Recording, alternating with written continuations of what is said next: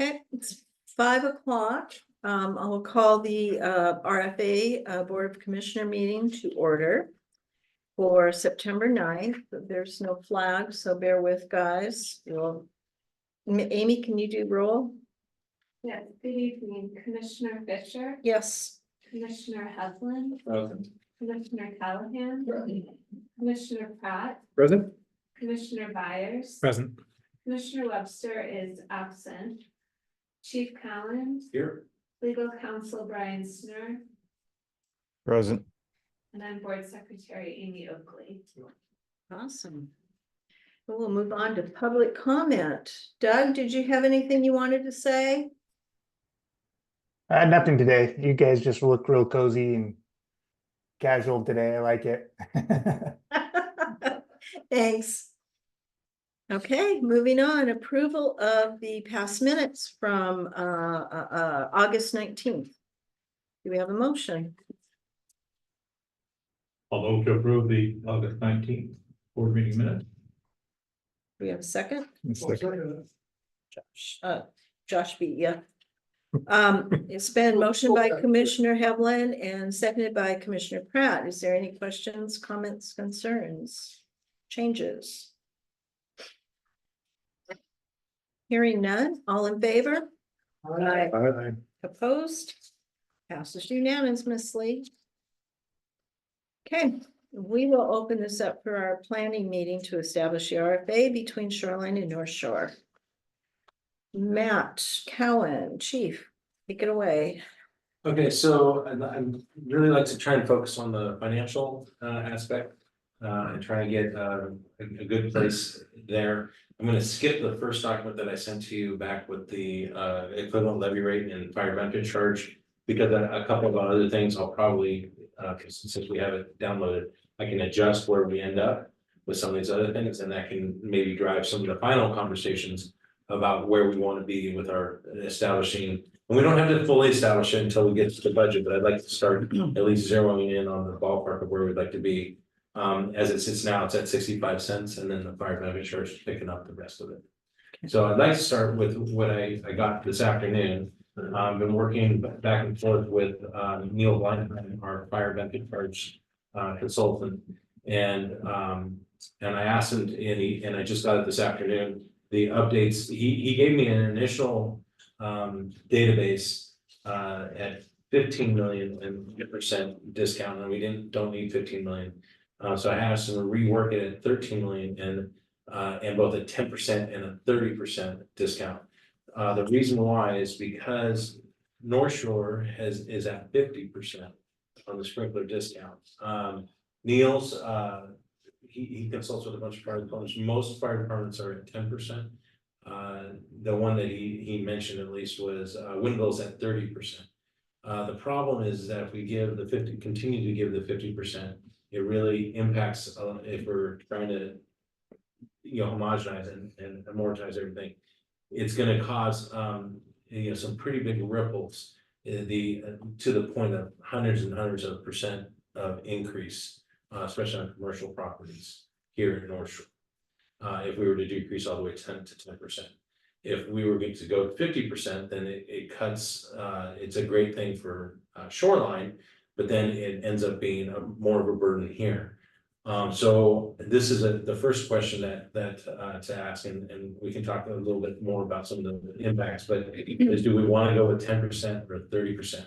I'm actually leaning towards 30% right now, because that will probably get us across the finish line, in a better way. And it happens to be exactly in between where we're in the 10 and 50. And so 30% at least aligns a little bit with, say, Woodinville. And at 30%, so it's what you have is two different runs, 13 million at 10%, and if you turn the page, you go 13 million at 30%. I want to bring your attention to that one. And if you go to actually the top of the third page, you can see this is generalized impacts. So everybody, it'll fluctuate up and down depending on a person's square footage and so forth too. So you can't say that this is exactly for everybody, but as it stands now at 13 million and 30% discount for sprinklers, you cut it off, but the field off to the right there under that blue, that top one is shoreline, and then the other three below it are North Shore residential parcels. So what you'll see is a minor decrease in shoreline, pretty significant decreases in North Shore for residential fire benefit charge. The next one down is commercial parcels. And again, it's shoreline at the top and then North Shore down below. You'll see some pretty significant increases in the commercial side. And one of the suggestions that Neil says that we could decrease or adjust a couple of the commercial rates, the two bigger ones that is the ones that you recommended, and decrease those amounts. And that would decrease the impacts on some of the commercial, but of course, that would shift the burden to the residential too.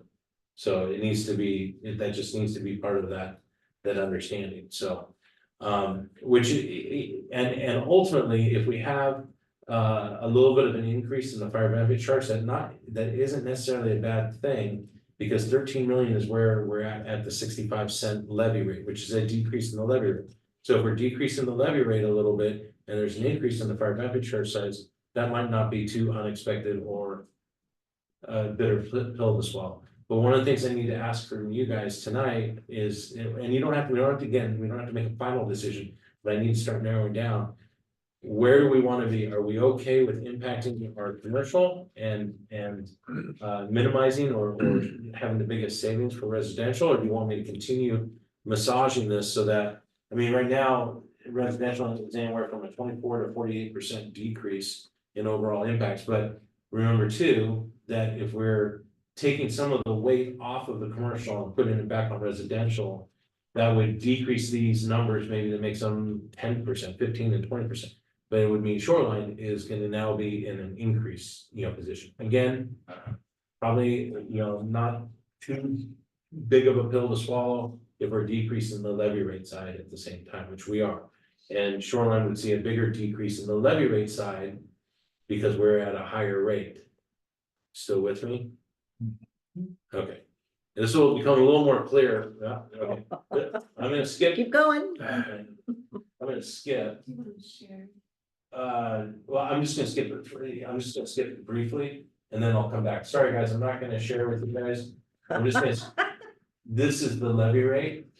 And, So, and the levy rate for shoreline dropping to 65 cents, we're at 77 cents, I think. So at the end of the day, we're gonna be dropping on the levy rate side. North Shore would too, but not as much. We just reestablished at 70 cents for next year. So they dropped from 70 cents, we would drop from 70 cents to 65 cents. Shoreline would drop from 77 cents to 65 cents. So bigger drop for shoreline, but there might end up being an increase on the fire benefit charge side. So it's this balance. This will become a little more clear once we kind of establish some. That's why I'm looking for a little bit of. We don't have to be here. We don't have to be here, but we need to start kind of focusing in on where we'd like it to be, so that as I do the budget and I can see what those impacts are going to be. And then the bottom one is apartment buildings, and they would see a pretty good increase too. Again, though, on apartment buildings, I'm not too worried actually, to be honest. I'm okay with apartment buildings having a pretty, an increase, because that's where our biggest risks are, to be honest, from a life safety hazard and so forth. I'm okay with that. But again, this is a board decision, not my decision. So, questions? Do you know how many apartments are still exempt in shoreline? Yes. That'll be exempt from the fire benefit charge and the fire Do you levy. know how many? Oh, how many? Last time I checked. Well, see, Ballinger is still in a transition phase. They're not fully exempted yet. Bellinger Homes? Ballinger Commons, Bellinger Homes. the whole complex, Yeah, I know. the whole complex. The last time I looked, it was $130 million. Yeah. Ouch, Tell me about ouch.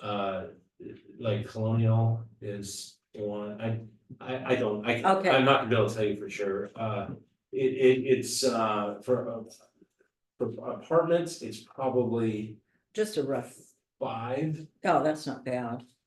complexes, maybe more, sorry, No, I wasn't, I was looking for just a ballpark Okay. number. so. I It's mean, not 30. No, but we still have the highest number in King County. How come they get exemptions? What's that? How come they're exempt? Because Because they're King County, special. well, because the state, yeah. I don't know what that means. Uh, makes them special. Well, so they, in their infinite wisdom, wisdom. that'd be in air quotes. The legislature, provided fire benefit charge exemption. To, King County Housing Authority properties. Yeah. Okay. They're already exempt from property taxes. And they're taking them over. And they are buying more and more and more. So, so I was a little upset. I testified in Olympia on it, actually. But it didn't matter, so. Gotcha. All right, And then shoreline being the wonderful shoreline it is, when a lot of these new apartments are going up, they're tax exempt if they can get some low income or fixed income yeah, people and in there. that's not specific to Shoreline, that's everybody's doing that. But, I'm mad at shoreline anyway, so. Okay. let's just leave it at shoreline. well, it's a good thing we're not in Shoreline right now then. Okay, so, this is the first. Well, it's not the first, it's about the third shot at this is, I guess my biggest question is. Or my first question is, how excited should I or should we be with commercial properties going up substantially? There are some adjustments that we can make. You know, I'm sorry, let me back up. This sheet shows you all of the different rates and the different factors and all that. So like, for example, if you look at in the middle there, you see commercial 1 through 7. And off to the right, you got a factor, and then off to the right, the maximum square feet. So up to 4,000 square feet is 1.5. 4 to 10 is 2.5, et cetera. We could change some of the top end ones. To help adjust some of the bigger commercial ones, which would have the biggest also impact on the overall finances. Or we could lower all of them across the board a little bit. Neil suggested the top two, he is the expert on this. But I would also, whatever we do, I'm just gonna tell you right now, I'm gonna go through the full spreadsheet and start, and I can produce a report for y'all. In Excel, which would track the differences, the impacts too, so. So Chief, I think I'd like to see the impacts, the differences, right? Specifically for the North Shore businesses that are gonna be being impacted here. So I can give you a report on I'm concerned about the narrative that this feeds, right? And it feeds the narrative that North Shore is subsidizing shoreline. Because if we're going from 50 down to 30 and you're, or if we're going from a 50% rebate to a 30% rebate and shoreline's going from 10 to 30%, right? Like I'm comfortable with that theoretically, but it feeds into that narrative and that group that's gonna come at us. It just gives them ammunition. Well, And actually, I don't know how to combat that, but it makes me really anxious. if you look at on page 3 there of those percentages, it's actually. The benefit, okay, so like residential, that top one that in blue, that's shoreline. So shoreline will see a -1%. I don't have colors. I just, I'm sorry, The I'm grant. sorry. It's the shaded one. the shaded The one. shaded one, sorry, my bad. Pretend it's blue. It'll go to, so shoreline would see a 1% decrease, whereas North Shore would see 24, 36, and 48% decreases. I know, but specifically talking about the discount that commercial buildings get for sprinklers. Is that also the same for residential? Well, so if they have voluntarily put in sprinklers, yes. they get a discount as well. Okay, so we're. But it's not nearly as impactful on residential than it is on commercial. Correct. So like commercial, the next one down. Shoreline would see a 324% increase in commercial, whereas North Shore would see a 318 and 436. And that is, and the reason for that, it's a flip-flop from the residential, and the reason for that is because of what you just said, it's going from 50% to 30% on the sprinklers. So whereas Shoreline's going up from 10 to 30%, but the difference is not as big. Again, we can play with some of these factors and all that. I just want to make sure, for me, from a triage standpoint, our residential, those homeowners, that's the vast predominance of our people. And, and the vast predominance of them would be seeing some pretty significant decreases. Yeah. The way it is now. Now, certainly there is a narrative, like commercial property owners, that they would see a pretty significant increase in the fire benefit charge. This is just the fire benefit charge. Remember, they'll also see a decrease in their tax, their levy. So there would be a decrease on the other side. It's not gonna offset this though. So the fire benefit charge is not the majority of the revenues. It's the 40%, 60%, whatever it is.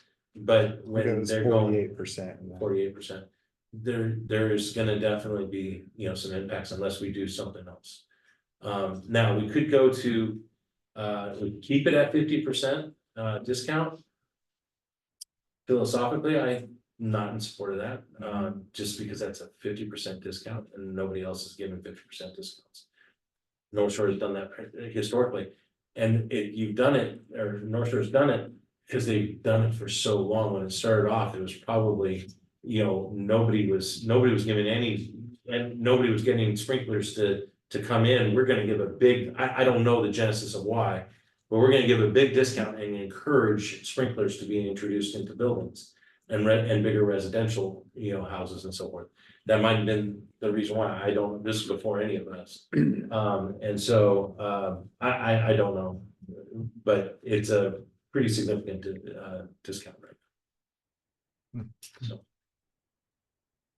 You don't know if it's been that way since day one.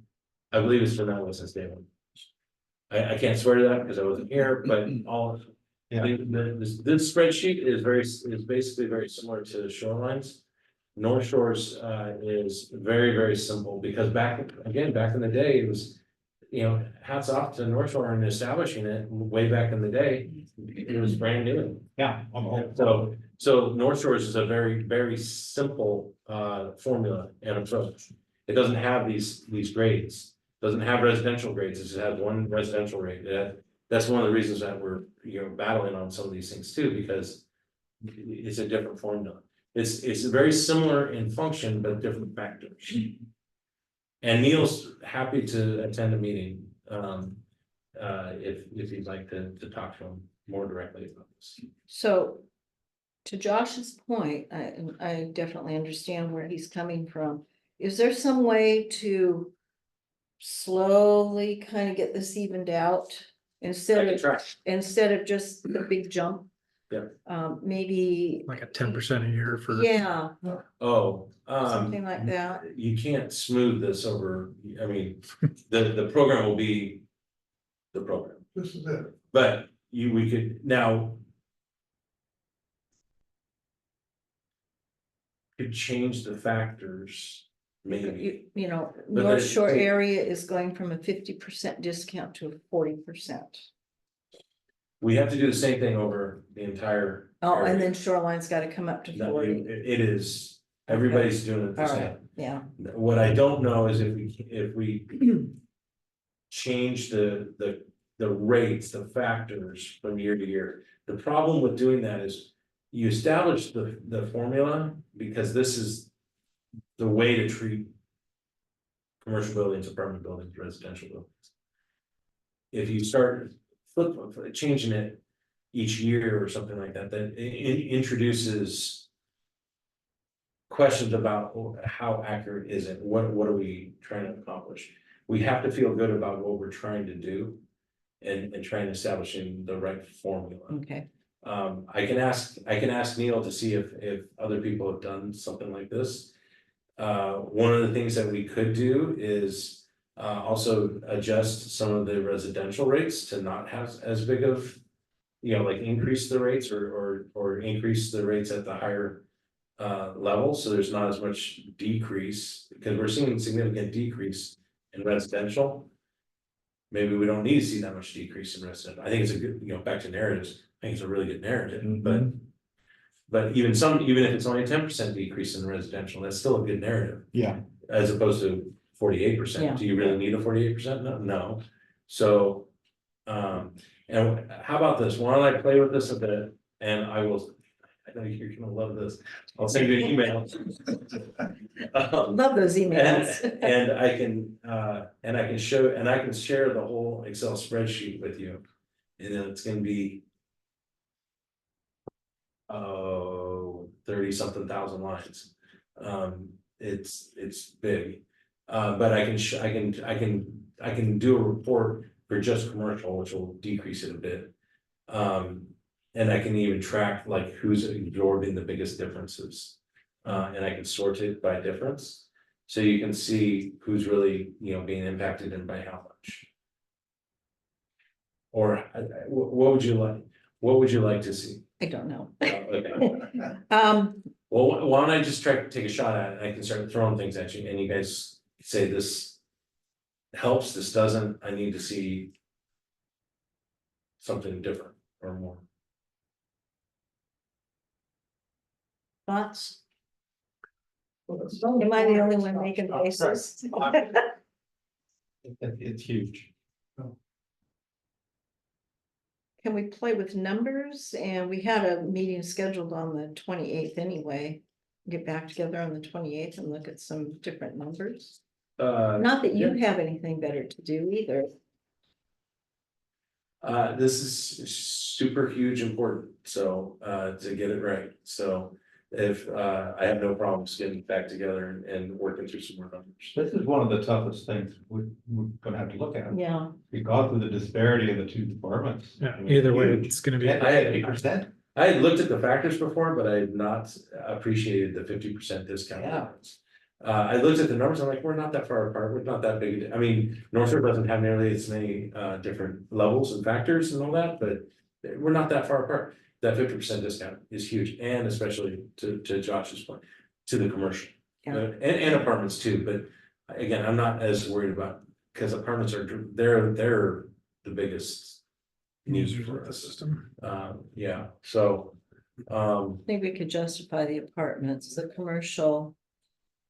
so what you will see on that right-hand side is you can see the number of parcels, buildings that are being impacted.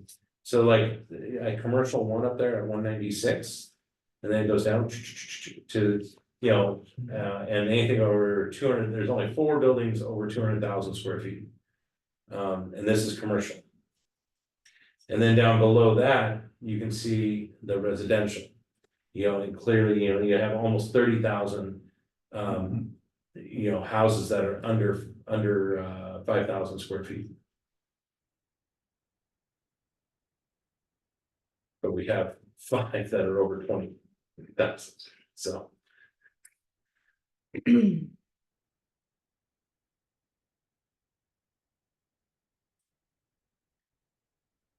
So I will keep playing all this, and maybe at the end of the we can decide whether or not email is good enough, or if you want to have a special meeting. Okay. I would recommend probably a special meeting, because if you're asking me questions, I can have Neil there. And he might be able to answer things, and we can play with some of the factors more in a live, you know, situation. I think, Chief, it's good to give residential citizens a break, right? I mean, because they're seeing their property taxes go up everywhere, but I also don't want to be Disenfranchised. anti-business. Yeah. And, right, like, I get you. right, so how do we sell this to Ken Moore and Lake Forest Park chamber, right? And the city council and Could we find out how many, like what So you said that there's a couple other places and they all kind of seem to be around that 10, except for Woodinville's at 30. Should we find out what some of the other ones are so that we could go to and be like, this is literally the only person is you guys getting 50%? It would be helpful, I think. I don't think it's a big stretch for me to say that. I think it's the only department that's at 50%. He sent me an email and he said, nearly all fire departments are at 10%. And he said, the only one in your area, he said in the area, so I don't, is Woodinville at 30. And he said, but most departments are at 10. So, but it's a pill to swallow. Right. It's gonna be. And it's not something that's rough. happening gradually, it's like, bam, right now. Well, From one year to one the thing I next. can ask him about is, we might be able to smooth the sprinkler discount a lot easier than we can smooth the rest of this. Playing with the factors, I'm not so excited about doing that from year to year, but maybe we go 50 to 45 to 40 to 30. That's what I was the talking suggestion, I about. think, earlier. Or something like that. That's what I meant by So, just. Same way on the other end. Phasing it in. Yeah, Well, no, it's all or nothing. This will be Okay, for the entire okay, RFA. so let's just take year one. Shoreline's gonna jump from 10 to 50. Yep, Then the next year they'll go down to 45. So they're looking at significant decreases. huge increase. No. Decrease, Decrease. Shoreline is looking at. go from a huge 10% huge discount to a decrease. 50%, yeah. They're 40, Yeah. yeah, So 40%. that 1% decrease in shoreline will now be 20, 30, whatever. Oh, yeah. Well, actually, not on, maybe not so much on residential, on the commercial. The sprinklers will drive the commercial and the apartments more than anything else. It will drive some of the residentials to voluntarily put in sprinklers or required because they're big. Houses, but there's just not as much. Hey, Chief, could I chime in for a second? Just a couple of thoughts. Listen to this discussion. I think everybody needs to keep in mind, it kind of gets lost sometimes. The benefit charge is designed to estimate how much it costs to put out a fire at your residence, at your commercial building, industrial, whatever it may be. That's why you've got all these categories and factors. It's how much water does it take? How many people does that take? So when you're looking at coming up with a discount, you want to be careful and you want to make sure that discount is really tied to the impact. How much money does that save the department when a place has a sprinkler? It's probably not 50%, right? Because you're still responding. I defer to the operations and the blind times, but I would be hesitant to kind of go with, well, you're looking at the numbers, and you're trying to get to a result that's fair to everybody, but I think you want to be able to defend it as, we've looked at this, Shoreline's had this for a long time. That 50% discount is too big of a discount because it doesn't save our department as much money as that would factor in. So think of it in terms of how it's affecting your responses and the money. And I would certainly recommend, I would also defer to Neil because he's the expert on the numbers, that you kind of find a number that works for the combined jurisdiction and not have it bounce around, because I think that creates a question of how accurate your formula is if you can just bounce that number around. Just want to throw that out there. Yeah, thanks, Brian, and that's, I completely, that was what I was talking about with trying to keep the formula. We gotta believe in the formula, because that's our defendability. Okay.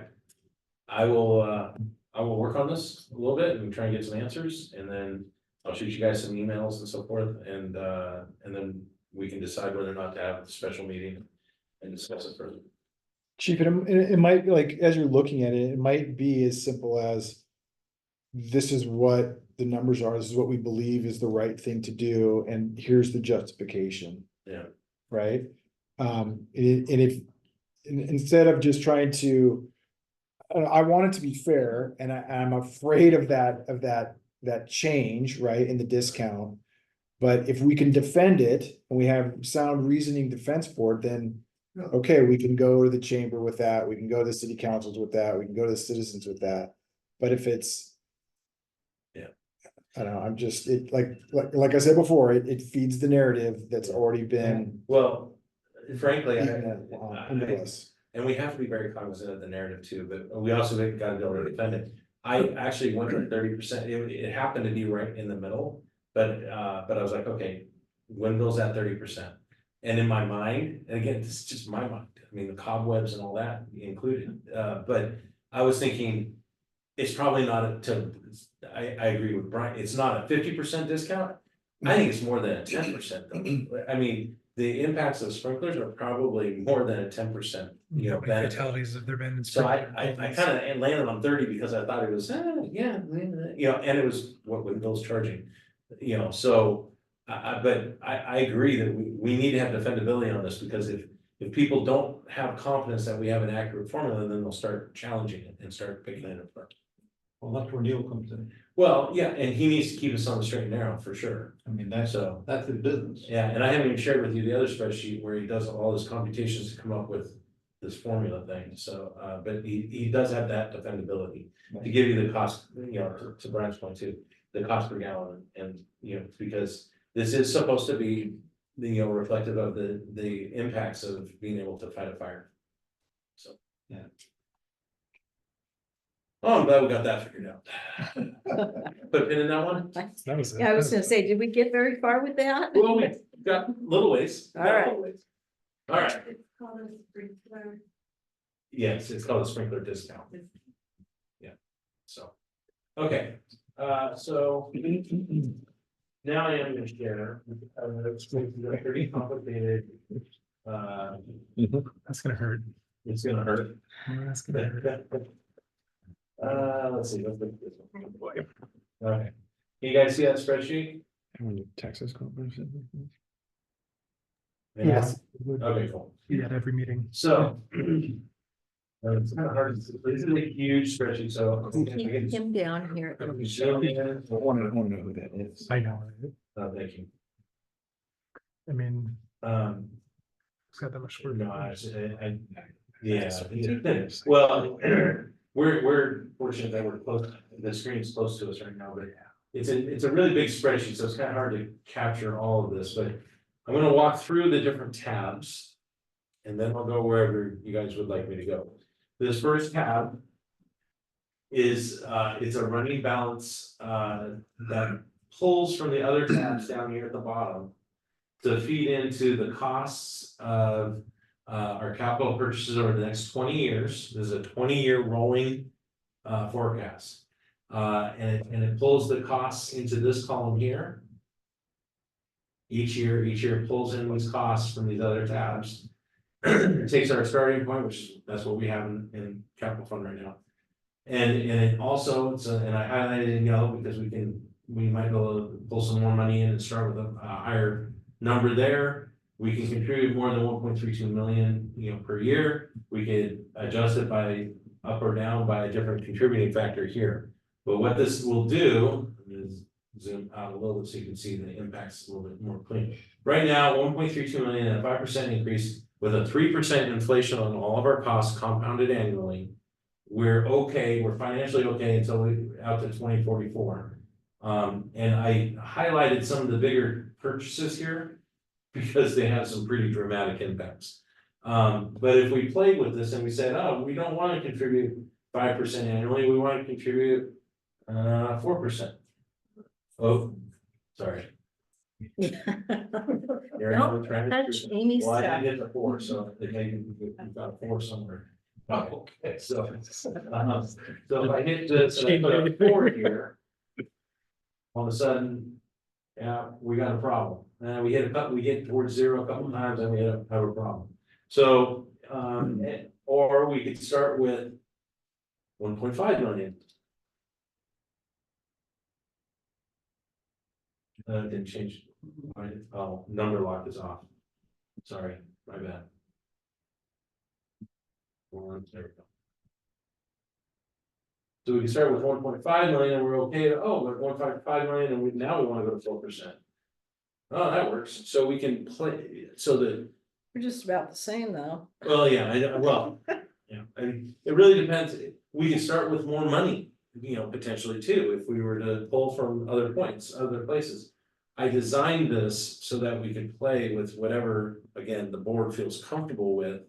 In trying to come up with what a forecast looks like, I'm just gonna go back to where we were. To address, these things. I also, it's in that email, actually, I'll get to the assumptions, okay, so, and we'll come back to this one, but that's this tab. The facilities tab, I didn't touch this is just shoreline. I didn't touch this because, for the reasons I put in the email, basically. Most of the bigger purchases that we're gonna make, or bigger costs that are gonna be associated with facilities, will likely trigger a capital bond that will need to be done. Plus, major remodels and stuff like that, or some of the remodel stuff is already embedded in the facilities fixtures. And Shoreline has impact fees, North Shore doesn't, but we have impact fees that could help pay for some of the things that are up in Shoreline. It just wasn't needed. So I left the tab here. I just want to make sure that I bring this to your attention. I left the tab here so that we could work on it and we could include that in the future if we wanted to. But it's not included now. And if you look back at the balance sheet here, this row is the facilities and there's zeros. There's no costs associated with major, facility rebuilds or whatever, or additional facilities for that. Okay. So apparatus is, well, all you have to do is look at the costs here for apparatus. I'm gonna zoom back in so you guys can see it a little bit better. And my call outs here in the graph, apparatus drives a huge amount of our costs overall. 3 million, 1.8. If you go out here further, there's a big one out here too, 4.3, 4.4. This is what's driving, a lot of the costs for us on a capital needs basis. So apparatus here, each of the different types of apparatus have different, purchasing strategies and so forth. This is the ACAR. On a 10-year life cycle, we do remounts. We do a remount and then we do a replacement. So you save, some money that way. Fire engines, I pushed fire engines out to 12 years. We're currently on a 10-year replacement, 10 and out. We're gonna try it 12 and out. Saves us a lot of money. And we're gonna see it mechanically how those last 2 years of frontline position plays. You're currently at 10 and 10? 10 and out. You're gonna go to 12? 12 and out. Seattle runs 20 plus years in frontline. And they run a lot of calls, but their rigs are in pretty poor shape overall. So I know a lot of departments that run more than 10 years in frontline. This may or may not be a great idea. I think it's a good idea right now. We're basically gonna live with a fire engine that's 2 years older, or by the time we're done, 2 years older than normally being replaced. What does your shop say? Well, so I said, okay. At $1.3 million of fire engine, or almost $1.3 million in fire engine, we either need to get away from custom apparatus, or we need to go to 12 years, or both. Well, we don't want to go away from custom apparatus, and we don't want to go to 12 years. And I'm like, okay.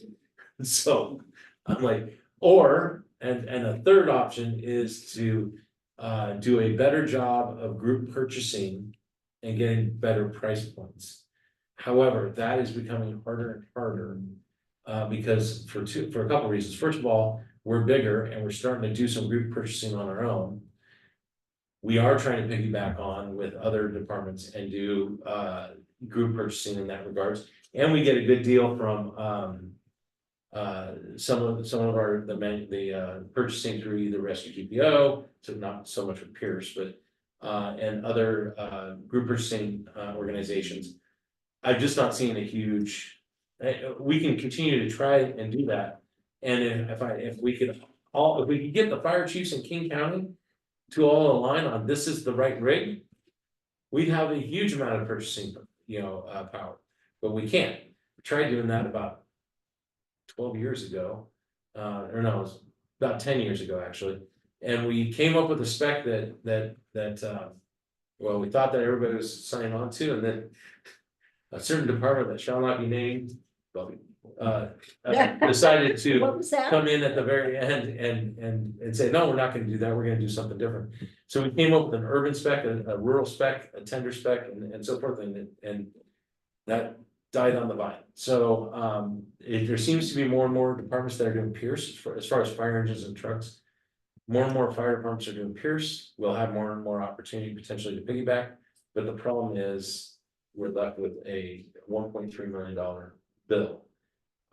As it stands right now, so I'd like to go to 12 and 12 and then out. We get dinged after 15 years by WSRB, and then our next ding after that is at 25. I am not interested in going beyond 25 in frontline and reserve total. That's great. We're in the process of changing right now. I think I think we run similar. I think we're 12 and 12. Okay. But we've got some apparatus that are close to 25, I think. Yeah, we're keeping under 25. I know, because we just went through WSRB and actually we had one rig that was beyond 25. How about you guys? I don't exactly know. I believe it's 10 though, for the medic units are on a quicker cycle. So this is Different age. this is what I'm proposing. So, and the ladder truck stays at 15. Rescues at 20. Wildlands at 20. Rehab units at 20. Battalion chief rig is, 10 years, but, that's another interesting little, deal there. And then at the very bottom here, I throw in one staff vehicle replacement here. Just one a year. I just said, I'm not gonna mess with which ones I'm replacing or whatever. I'm throwing $60,000 at one staff vehicle a year, which is probably might be a little liberal, or not aggressive enough. It's because if I was to average amount, it's probably more like 1.3 or 1.4 per year that we need to be looking at, but that's what it is. In all of these tabs, there are gonna be, please. First of all, this is absolutely inaccurate. Guaranteed it's inaccurate. And the further out we go, the worse it's gonna be. But it's always gonna be rolling 20 years. And we'll always be able to update inflationary rates and the cost of a fire engine or the cost of a chainsaw or whatever it is. It will be inaccurate, and the further out we go, the worse it'll be. So, and there will be things that are not included in this spreadsheet. That on an annual basis that we will need to say, oh, we need to get Bluetooth technology for, the masks or whatever it is, that will not be included. So, okay. All right, any questions on apparatus? Don't you have a crystal ball? Yes, I do. Says I got you the money. Should be confident you'll get buy-in from the organization to go to 12 and 12, or is this gonna be an executive decision? They're gonna. Listen, tell me I'm stupid. No, that's a good question. I mean, I'll have to tell them why. I think most people are reasonable enough they understand what the costs are, understand what's going on. Are we gonna get nickel and dimed, or are we gonna have rigs that are falling out of service in those 2 years? I don't know. We're gonna have to see. And if it's a bad idea, it's a bad idea, and I'll admit that I was wrong, and I won't be here anymore, so it doesn't matter now. I'm kidding. I'll take the blame, if I'm wrong, but let me back up. We need to address the cost of fire engines, especially. Somehow. So, faced with, because you're right, maybe the body of the firefighters aren't super excited about this. Do they want a rig that's maybe 2 years older, or do they want a non-custom rig? Or do they want something that's not as good quality as Pierce, which by the way, I'm not interested in going that direction. We can go with the cheaper app, we can go with Rosenbauer or some other rig that's cheaper. Pierce is one of the most expensive rigs out there. It's also one of the best. Just my opinion. So there needs to be I mean, we're talking about millions of dollars of savings just in that one decision, so. And, you know, I should probably talk about it and make sure that people understand the why behind it. I'm not changing any of the other life cycles, but I am proposing changing the fire engines. Any other questions about apparatus? I mean, that's a good one. I mean, people might be upset about it, but it's it's not like it's a 20-year-old rig, it's 10 to 12 years old, and then it's in reserve. You know. Okay, facilities fixtures, this one was a bugger. This is, yeah. So this one, I think everybody's somewhat familiar with the RCL study that North Shore did back in 2019. Very detailed, very detailed, and I mean, in the weeds detailed. But it was a really good, thorough evaluation of what the fixtures were that need to get replaced in any of the stations. It wasn't costed correctly, so I kicked this to our insurance agent to do some research on what the industry standards were for, because he has them all costed out for across the industry for different things, and then he and I combined what RCL did with what I already had done with what his expertise was, and that's the listing that we have here. I just got this, I over the weekend, I spent a bunch of time trying to get through, you know, I want to continue working on this tab especially. But it's a decent starting point. It goes through by state, I grouped it by station. So we have station 51, concrete pavers, and then you have station 57, 61, I included 62 even on some of these, 63, 64, and 65. And so in different life cycles, different, you know, costing out, the spreadsheet looks a little differently because it was easier to take, you'll see, let me find one, here we go. Notice that there isn't an inflation going from 2026 to 2027 for the air compressor. Because I do it down here with a compounding interest rate down here, which drives all the numbers down at the bottom. Okay, that's why it looks different. So I want to go through this and continue to work on this, but it was a decent starting point. Okay. You be sure to include the tuck pointing on the CMU walls. You clearly looked at it because it was there, and I was like, I will share with you, there were some of these, as big as this is, I deleted a lot of lines, and the reason why is because they're they are maintenance line items, not capital purchases, capital projects. And so some of it will be embedded in our annual budget, not in our capital projects replacement, so. This is good. They have one of maintenance and refurbishing of a wood bench, and I'm like, no, no, we'll just replace it, or you know, whatever. Anyway, so equipment is fire equipment, and this looks at, you know, hose, nozzles, appliances, ticks, chainsaws, bigger ticket items. There's EMS, there's PPE, radios, and some others. So that includes like special ops, business equipment, copy machines, Knoxbox boards, which we'll get done over the next few years, and then hopefully we'll be done with this line item. So the big thing here is SCBAs and SCBA like stuff. You'll notice it doesn't cost us anything for a little while. Self-contained breathing apparatus, it's the air packs. So until we get to 2033. And then we have to replace it. And it's 1.85 million. Plus 350,000 for extra bottles and 62,000 in RIT kits, rapid intervention team. I've got it included now. In 2018, we were successful with a regional SCBA grant through the AFG.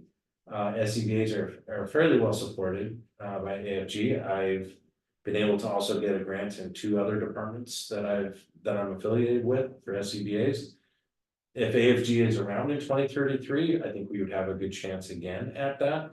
And one of the things that helps us, sell that is if it's not in the budget.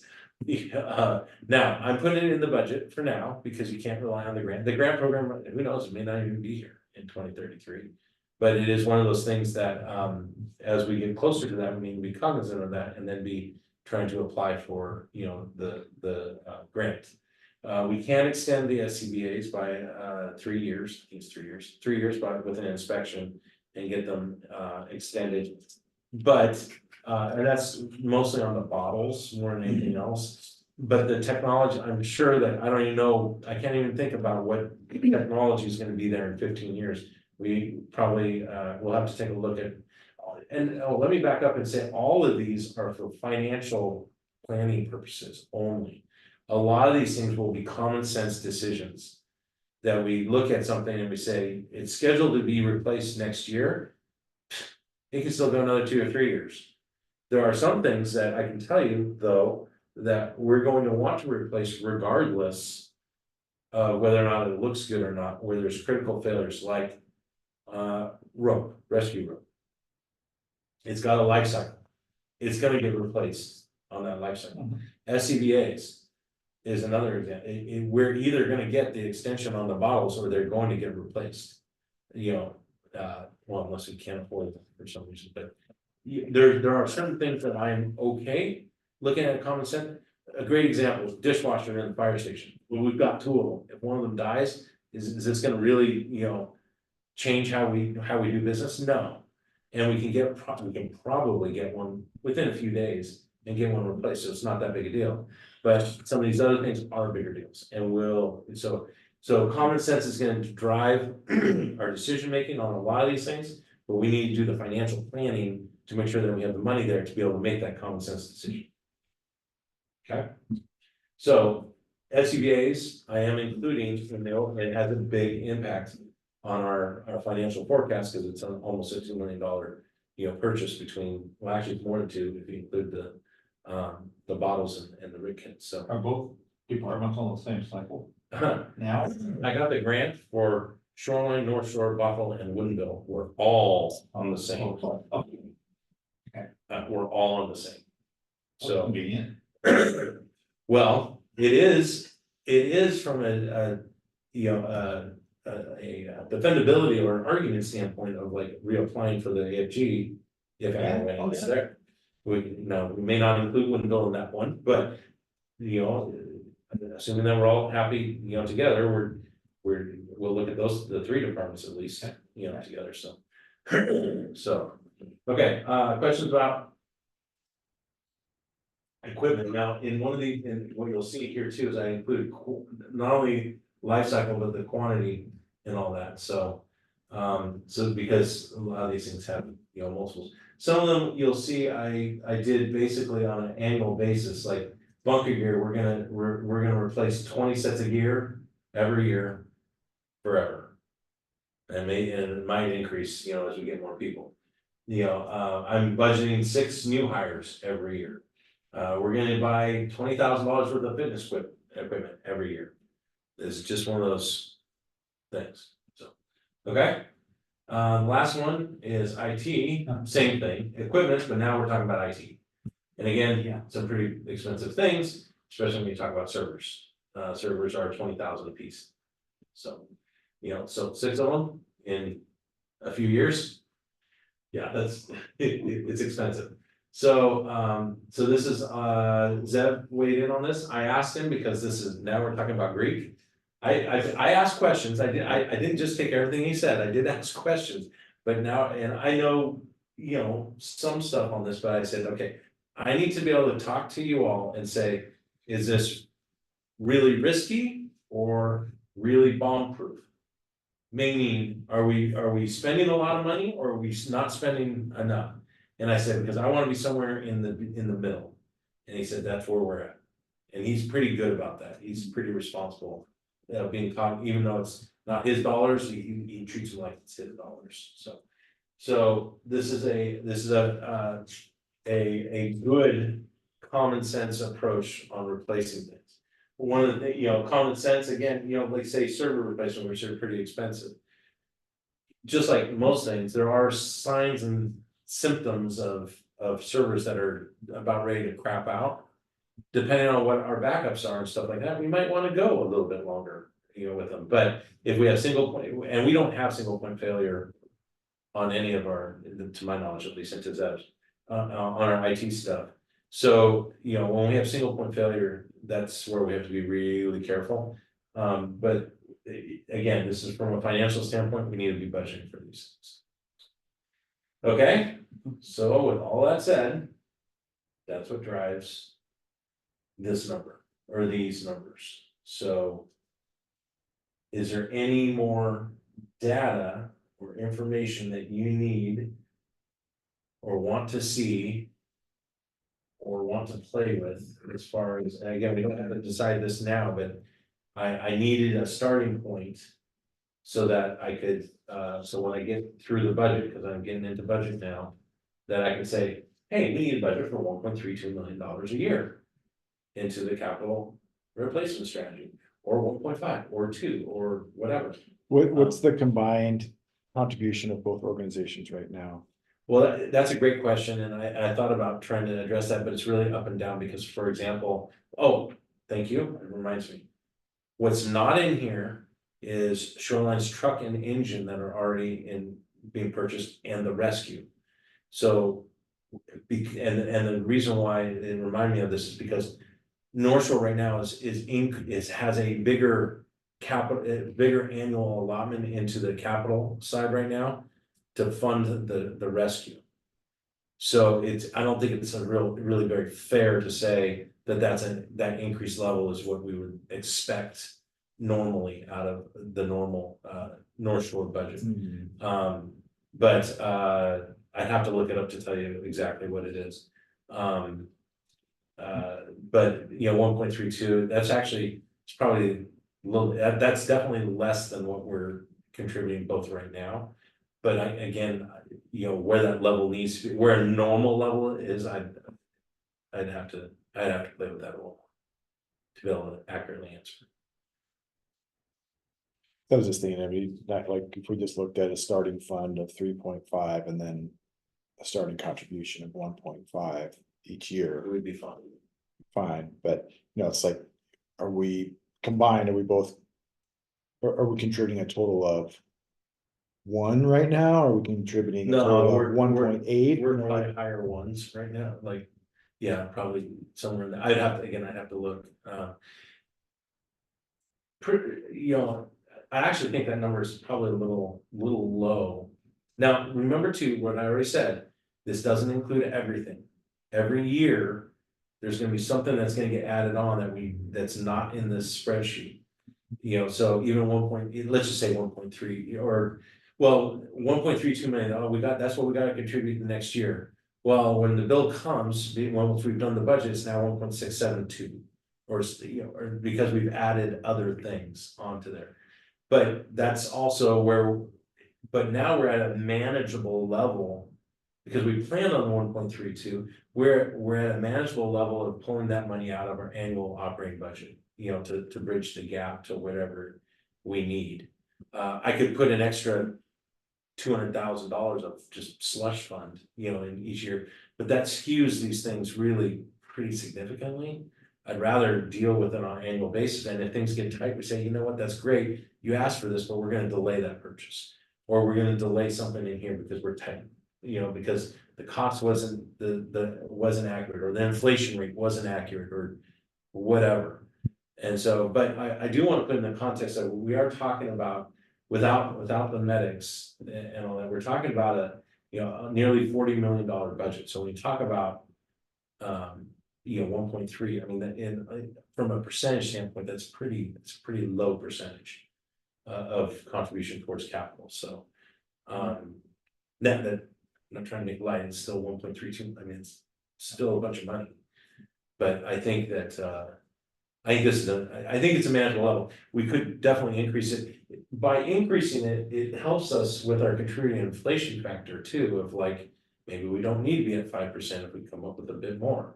Part of my, back to the messaging, part of what I'm trying to do though too is make sure that we start at the most manageable from a messaging standpoint, that we're not increasing overall, you know,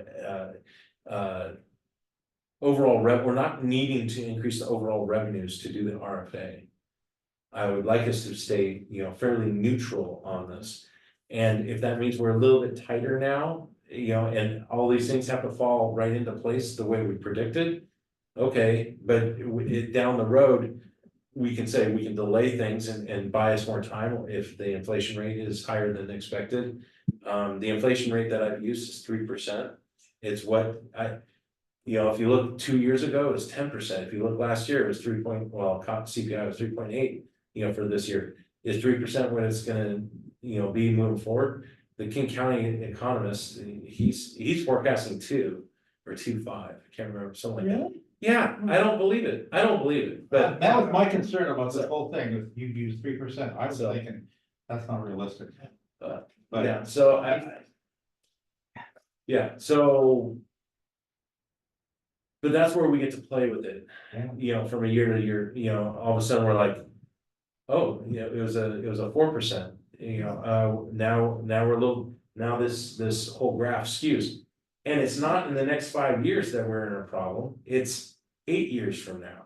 So let's increase our annual contribution by $20,000 or whatever it takes. You know, we can forecast it out, because the good news here is that if these things fall into place, we don't have a real problem for about 5-6 years. And then we're gonna, you know, then we're gonna hit 2 inches, and the SCBA's, well, 2 inches 1 year, 2 inches the next year, and then SCBA's 2 years after that. So that, I mean, that's a big valley. Yeah. So even if we're not completely accurate, or if we start at 1.32 when we think maybe 1.5 would be a better one, we can start at a manageable level and then see, and we have a little bit of time to buy ourselves, you know, to make sure that everything's marching out the way we think it is. I think about the future, Is it right? what's our, no, Sorry. I'm thinking about engines. What's our engine going to be 10 years from now? Probably electric. That's what I'm getting at. And it'll It's probably, not gonna be at that same price, you know, no, it probably won't. that's what I'm saying, So, there's so many changes. I don't we know can't if we're going to manage. electric anytime real soon because of the cost, more than anything else. At some point, we may get forced to do it, Oh, yeah. but it won't be in my career. It'll be 10 years down the road, you know, at least, you know, but then, Bellevue's already got one. No, they don't. well, Bellevue and Redmond both got, Seattle's got one too, but they're San testing them, Francisco. so. You know, it's not, what I'm saying is it's not required. You know, not yet, but electric staff vehicles, that's coming, I see 8 cars coming a lot soon. Oh, yeah. Oh, Uh, engines will be the last of it, but Yeah. I'm thinking, you're looking at 40 years, Yeah. 20 years. 20 years, So. so. It's gonna be different. Any questions, any concerns, any more data you wanna see? Because this we will play with this as we finish out the budget and we start playing with what the forecast is for the RFA. This is what I'm gonna be using. Yeah. I think you're on the right track. Okay, so the last piece then is to come back to this levy rate, and if I'm gonna stop share, and then I will share again. So that you can see.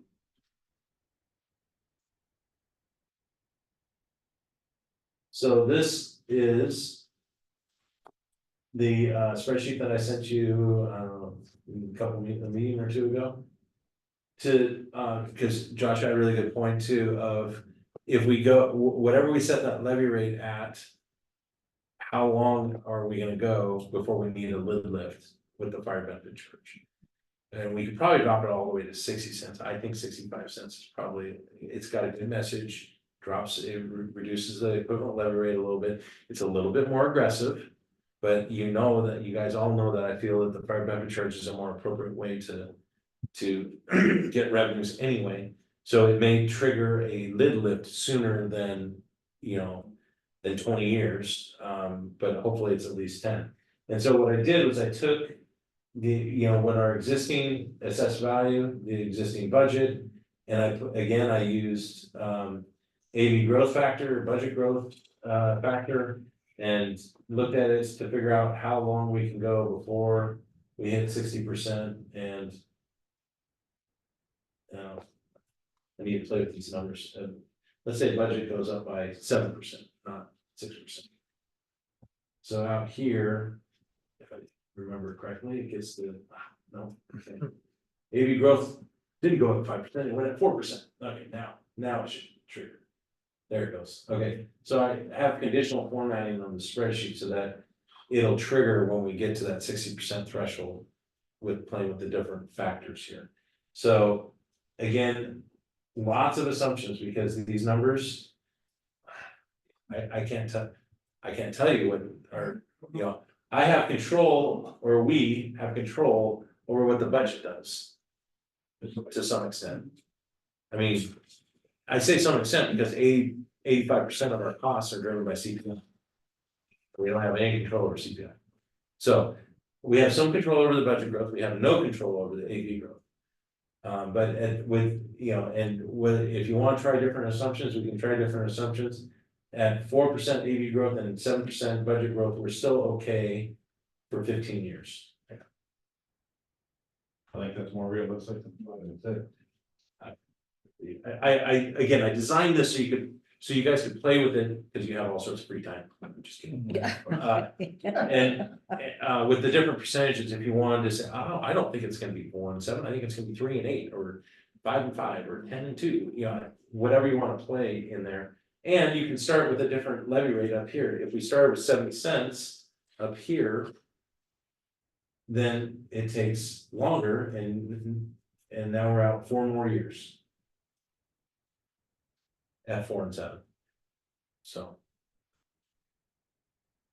Do y'all have a want of where we start? Is 65 cents, is that good? You wanna go 70? I would recommend not going above 70 because we just did a little lift in North Shore. At 70 cents. Now, from a messaging standpoint, I'm gonna keep looking at you. Just and you know, from a messaging standpoint, we say, hey, we're not increasing the levy rate at 70 cents. But I think an even better message is we're decreasing it by 5 cents. So. Again, this is all else, everything else being equal, and the budget, the way the budget is gonna end up being, so. Yeah, everything predicated there on 65 to start with, right? I did, because that's kind of, we had talked before at one of these meetings about 60, 65, 70. Right. And I was like, They've been I'm still in the middle, you know, 65 cents, so. Where's AV at right now?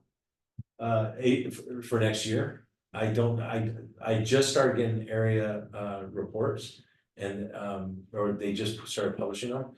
I haven't looked in the last 5 days or a week. We don't have anything out yet. They say he's gonna be. Didn't that normally come out in August? Well, they start coming out, those area reports start coming out, but those are very gross, first of all. This, I won't get a levy worksheet for maybe by the end of this month. Yeah, well, actually, you know what? I usually get them in September. I could get one, you know, sooner than later, but 4 or 5%, 6%, I would guess. It might be less. I mean, you know, commercial's still taking a hit. So maybe it's less. I don't know. I was certainly surprised to see the sign on Windermere. Said that the average closing out price in Shoreline, $1,400,000. Average. That's scary. Yeah, so. Just But you know what, I could do a little bit of work on that too, and try and figure out, and I can prompt them for the levy worksheet and try and get to the front of the line on it to get at least an It'd be initial. interesting to know. And Yeah. Well, the good news is we'll have a pretty good inkling before we're finalizing what we're doing. I'm throwing this out there as just to see where the group feels. Again, we don't have to be here, I'd like to start narrowing in a little bit on some of these things so that as we get closer, I don't have to do these major tweaks and then all of a sudden figure out how I'm gonna come up with a bunch of money one way or have a bunch of extra money or whatever. I feel like if we can, get out 15 years or even, 12 years. And say that we're, decreasing the overall levy rate to 65 cents. Right, and feel reasonably secure in that's a win, that's a win in the messaging call, Yeah. right? Where we're taking some L's in other places. Right. Okay, I totally agree with that. all right. Well, I'll stick with this one for now, and then as I try to get more information on AV growth and all that, and as we get closer on the budget, I'll be able to punch in, what our budget's doing and all that. I'm just, I'm hoping that I can keep the revenues really neutral or especially for North Shore, because they're doing the lid lift. So that's my goal, Yes. and trying to stay true to what I promised. Is it gonna change the levy rate based on those sprinkler percentages? They have a call. What's that? So as we do with the sprinkler discount, what's that chunk of money gonna be, I guess, and is that gonna affect the levy rate that we need to establish if we're gonna do a 40% sprinkler discount? Well, it's a good question, because that has an impact here, like, from the total fire benefit. Yeah, I'm just wondering, like, So like, for example, when I play with these numbers, Control Z, look at the number down here. When I go back to 65 cents. It goes to 13 million. And the reason why is because, and that's why I asked Neil to go with 13 million, by the way. Because I was like, that's 13 million is gonna be closer to, because I think I started off at 5 and 6. Yeah. And that's 13, that's why I told him, go with 13 million. But that's a good point. If we increase our levy rate, it decreases the need for fire benefit charge. Which, has the impacts there, but then again, back to messaging, it's. Our total that we need is 39.4 million. How we come up with it is. That's the debate, and the opposite is true too. If I got it 60 cents a year. Now I need 14.4 on the fire benefit charge. And I'm guessing even at 5 and 6%. I don't know, we went all the way out past 2045. I'm surprised. Because, look how close these are now. Yeah. I mean, you're talking about 8.2 cents difference. Now, granted, the AV growth and the budget growth, that makes a huge difference on that difference, but those are pretty close already. Now, granted, it's not just splitting 50-50, the fire benefit charge needs to go to 60%. So it needs to actually not just go here, it needs to flip. So before we get into trouble.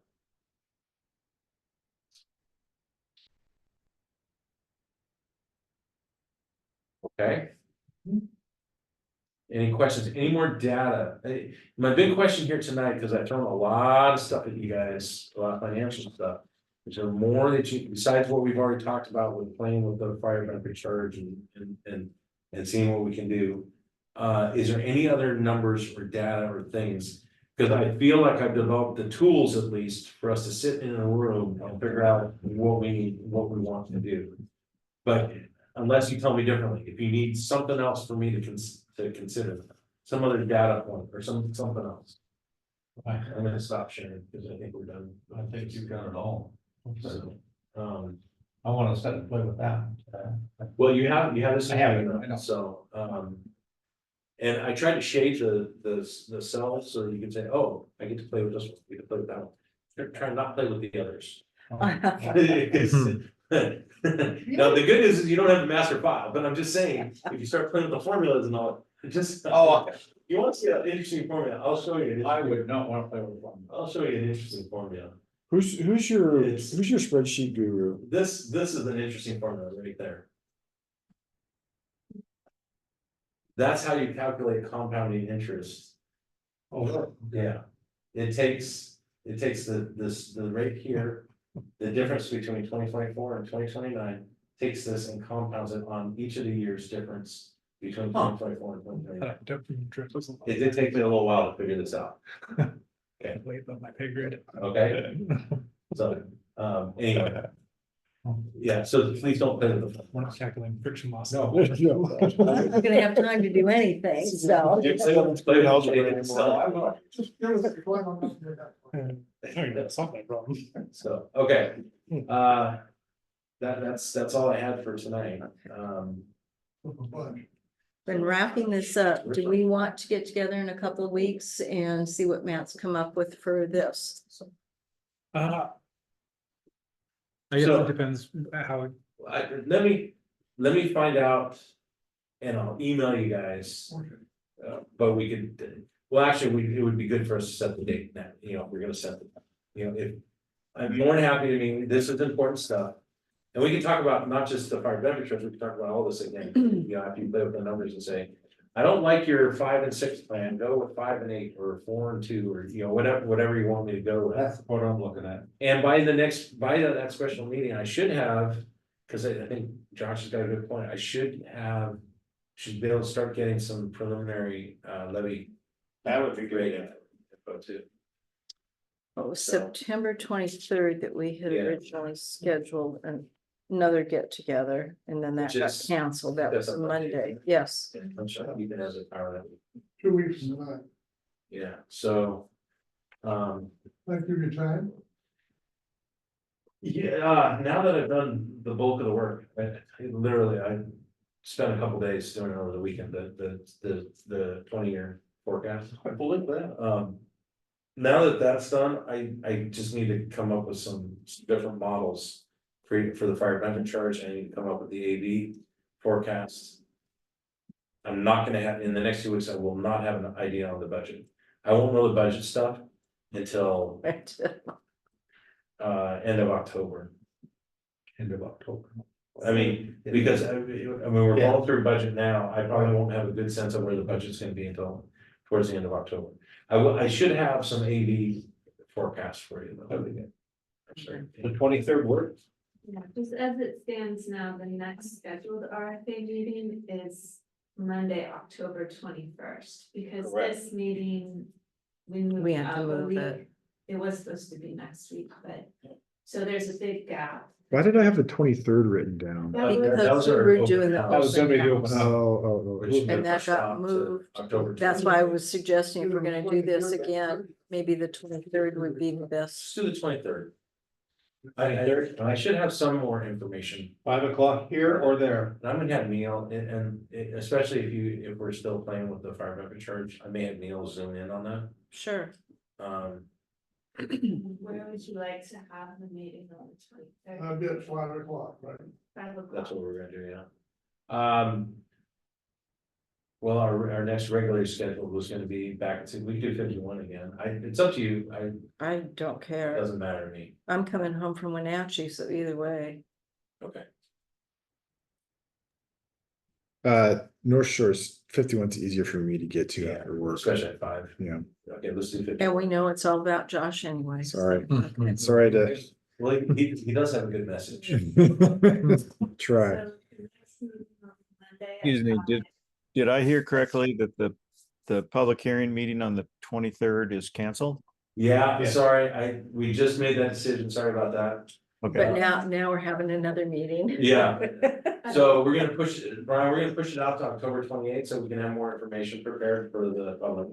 okay, so the public hearing be on the 28th of October. The open house, yeah. Open house, yeah, okay, that's the one, I just want to make sure that I'm there. Well, first. actually, Great word. it's not really called, that's a good point. It's not really an open, it's more of Question an and answer. interactive Q&A. I don't know what you wanna call it. It's not an open house. It's more of an opportunity for people. my plan will be to present some of the stuff in a more finalized format of what we're looking at. And address some of the questions that we all know that we have to make sure, and say, here's all the information for anybody that shows up. This is what we're thinking, this is what we're doing, you know. And then open it up for Q and this is open to you guys. I mean, you guys can tell me what you want to do, and then open it up for Q&A from anybody that shows up. And then not for agenda driven diatribe, but you know, for actual questions Yes, and answers. yes. And we'll have to try and figure out some lanes to travel. Maybe Brian can help us out with that as far as like. We all know that, you know, we all know. kind Lots of duct tape. We all know what somebody. One or two might people do. So just as a big picture, so we have, the next meeting is Monday at 5. Monday at 5 p.m., September 23rd here at North Shore 51. And then there'll be a meeting already scheduled for Monday, October 21st, that will be at Shoreline 61. And then Monday, October 28th at North Shore 51 will be a public presentation of the RFA plan and opportunity for public questions. And then after that, we will take any changes or whatever we have to do to refine whatever. And then prepare for board review and approval in November. Because it's gotta be to the county by December 3rd, something like that, 3rd or 13th, I don't know why 3 stands in my. I've got it written down, but by early December, we have to have it to the county. I think Amy had all the dates. Yeah. at one point in time. 23rd's at Station 51. Yes. Yeah. No, September 23rd is here, September 23rd is at 51, October 21st is at 61, October 28th is at Back here. 51. And then there is a meeting scheduled for November 18th. Time out. Talk to me about this one. You said October, what day? Not the 28th. the 21st, 21st, 5 p.m. at Shoreline. Okay, I'll be at that. okay, I'll be at the October meeting and oh, for your insurance. yeah, thank you, keeping it down lower. Yeah. Okay, if you have any questions. go for That's that. what I'll be in that. I'll be I would on that say- whole week. I would say, let's leave the November RFA meeting on the books for now. I expecting that we will not need it. Because by then, we better have everything dialed in and be going to the boards for Right. review. But let's keep it on the books just in case we need. What day was that in November 18th? 18? Okay. Maybe when you come out with the minutes, you put all that in. It's in there, yeah, at the very bottom. And then I've created calendar invites in your Outlook. So every calendar invite has the So it's still okay. attendance. Okay. Good. So, And we talked about the public presentation being a little bit later, right? We were gonna do Yeah, that. oh, that's good, thank you.